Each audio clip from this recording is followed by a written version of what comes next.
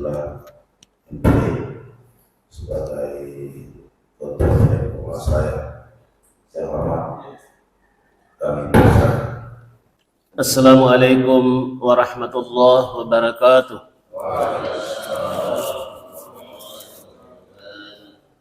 Alhamdulillahillazi arsala rasulahu bil huda wa dinil haq liyuzhirahu 'alad dini kulli wa kafa billahi shahida.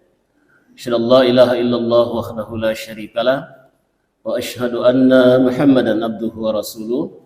Allahumma salli ala Muhammad wa ala ali Muhammad.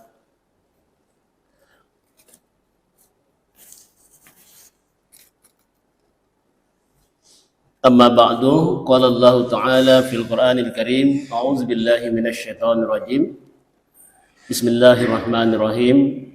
Wabtaghi fima ataka Allahu ad-daral akhirah wa la tansa nasibaka minad dunya wa ahsin kama ahsanallahu ilaik wa la tabghil fasada fil ard innallaha la yuhibbul mufsidin. Sadaqallahul azim. Allahumma arhamna bil Qur'an. Jamaah subuh rahimakumullah.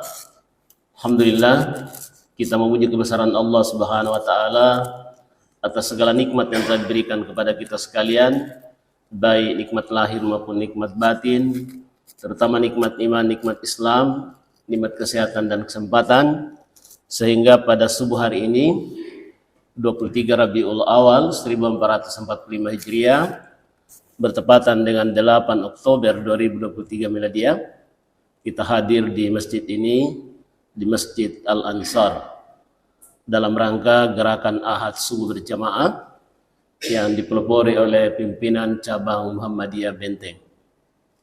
Salawat dan salam kepada Rasulullah Muhammad SAW, demikian pula kepada segenap keluarga, sahabat, dan seluruh pengikutnya.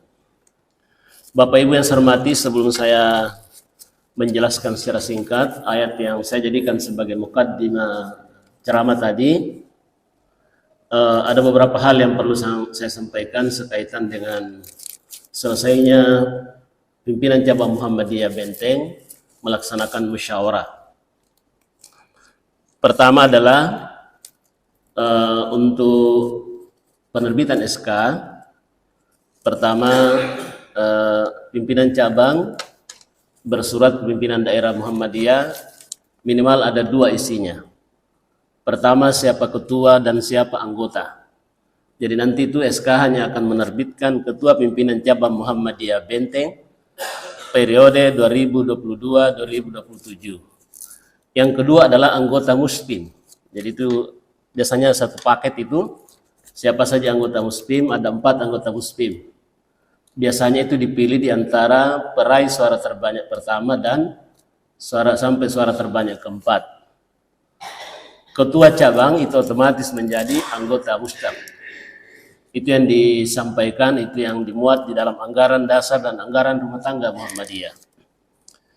Yang kedua, Bapak dan Ibu, terutama anggota pimpinan cabang Muhammadiyah Benteng, adalah mohon melengkapi kepengurusan itu dengan majelis dan lembaga, sehingga nanti ada program setiap majelis disesuaikan dengan kemampuan apa yang bisa dilakukan di cabang Benteng ini.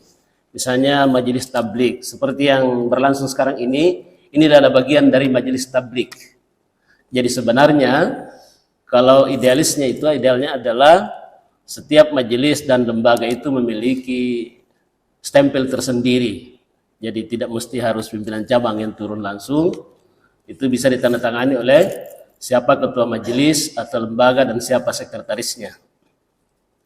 Kemudian yang ketiga adalah setelah ini hendaklah juga melaksanakan musyawarah ranting. Jadi itu setidak-tidaknya tanggung jawab pimpinan cabang Muhammadiyah. Kalau SK ini sudah terbit, maka ada rencana pimpinan daerah Muhammadiyah Kepulauan Selayar itu akan melantik secara keseluruhan seluruh pimpinan cabang Muhammadiyah di Kepulauan Selayar ini.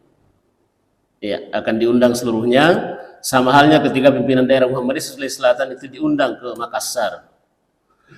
Akan bersamaan dengan pelantikan pengukuhan majelis dan lembaga. Nanti di situ salah satu isinya kita akan mengundang pimpinan wilayah Muhammadiyah Sulawesi Selatan untuk membawakan materi yang namanya Ideopolitor, ideologi, politik, dan organisasi. Bagaimana pandangan Muhammadiyah terhadap ideologi? Bagaimana pandangan Muhammadiyah tentang politik yang sementara berkembang, terutama 2024? Dan bagaimana kita mengelola organisasi ini dengan sebaik-baiknya.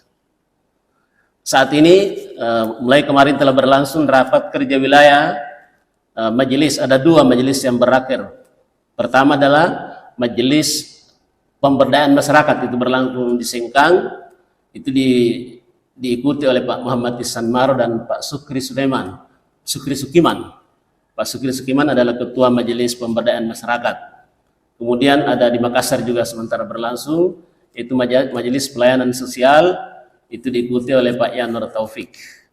Insya Allah tanggal 21 nanti itu akan berlangsung rapat kerja wilayah majelis Dikdasmen. Dan sekitar 20 itu majelis dan lembaga di Selayar itu insya Allah akan melaksanakan rakperwil untuk rapat kerja wilayah tingkat Provinsi Sulawesi Selatan. Itu informasi tentang organisasi. Yang kedua, masih organisasi, di anggaran dasar anggaran rumah tangga dikemukakan sebaiknya ranting atau cabang itu melaksanakan pengajian. Ada 2 jenis pengajian itu minimal. Pertama, pengajian berkala berkaitan dengan kemuhammadiyahan. Yang kedua, pengajian secara umum. Jadi pengajian kita ini bukan pengajian, jadi pengajian umum karena diikuti oleh masyarakat umum. Yang khusus itu seperti membahas tentang ketarjihan, seperti yang selalu dilaksanakan pimpinan daerah Muhammadiyah bekerja sama dengan Mujahidin, Masjid Mujahidin, itu pengajian tarjih. Itu tarjih yang dibahas mulai dari jilid 1 sampai jilid 3. Alhamdulillah, kalau tidak salah, pengajian malam Kamis yang lalu itu sudah pengajian ke-79. Dan pengajian ke-11 untuk, jadi itu dicatat baik-baik, kami catat baik-baik, berapa perkembangan yang ikut. Kalau tidak salah Pak Rahman 40 lebih yang lalu ya, yang ikut itu ada tantangannya semua sehingga kita bisa melihat perkembangan bagaimana ikut pengajian ini. Saya menyarankan mungkin bagus kalau ada juga daftar hadir mungkin di pengajian ini supaya kita bisa mengetahui malam Ahad yang lalu berapa yang ikut pengajian. Dan diketahui kira-kira materi-materi apa yang disampaikan pada saat pengajian itu. Selanjutnya Bapak Ibu, ada ayat yang saya bacakan tadi di dalam surah Al-Qasas, surah ke-28, ayat 77. Allah berfirman, "Wabtaghi fima ataqallahu ad-daral akhirah, wa la tansa nasibaka minad dunya, wa ahsin kama ahsanallahu ilaik, wa la tabghil fasada fil 'ard, innallaha la yuhibbul mufsidin." Ada 4 kandungan ayat yang terdapat dalam surah ke-28 ayat 77. Pertama adalah wabtaghi fima ataqallahu ad-daral akhirah. Carilah nikmat anugerah yang telah diberikan kepadamu untuk kebahagiaan akhirat kamu. Yang kedua, wala tansa nasibaka minad dunya.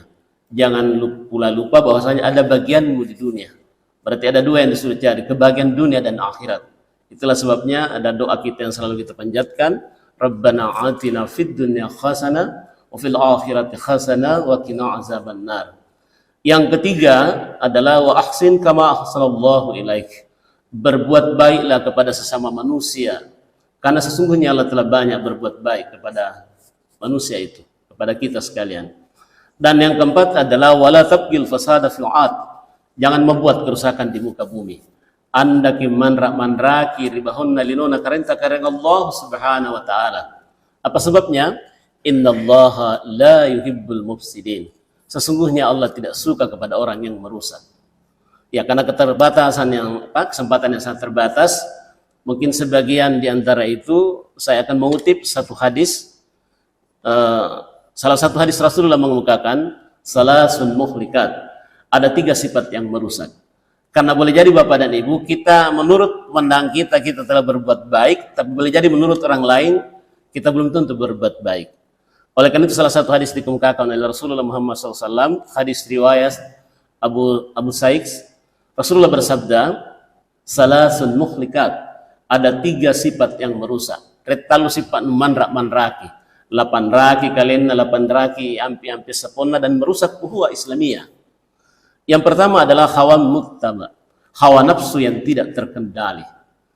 Kita memang diberikan fasilitas oleh Allah Subhanahu wa taala memiliki hawa nafsu, tapi hawa nafsu ini harus kita kendalikan. Karena kapan kita tidak bisa kendalikan maka cukup berbahaya. Mengapa dulu Iran dan Irak berperang padahal semuanya negara Islam? Karena tidak bisa mengendalikan hawa nafsunya.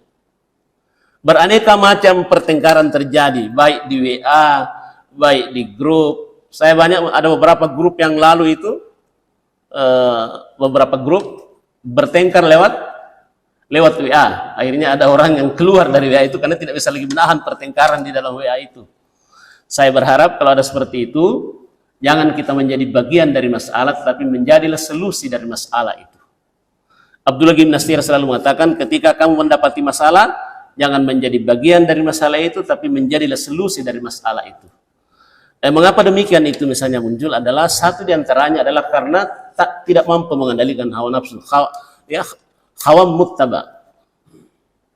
Mengapa dia bersaudara bertengkar gara-gara memperebutkan lahan, padahal itu sudah diatur dalam agama? Karena hawa nafsu yang tidak terkendali.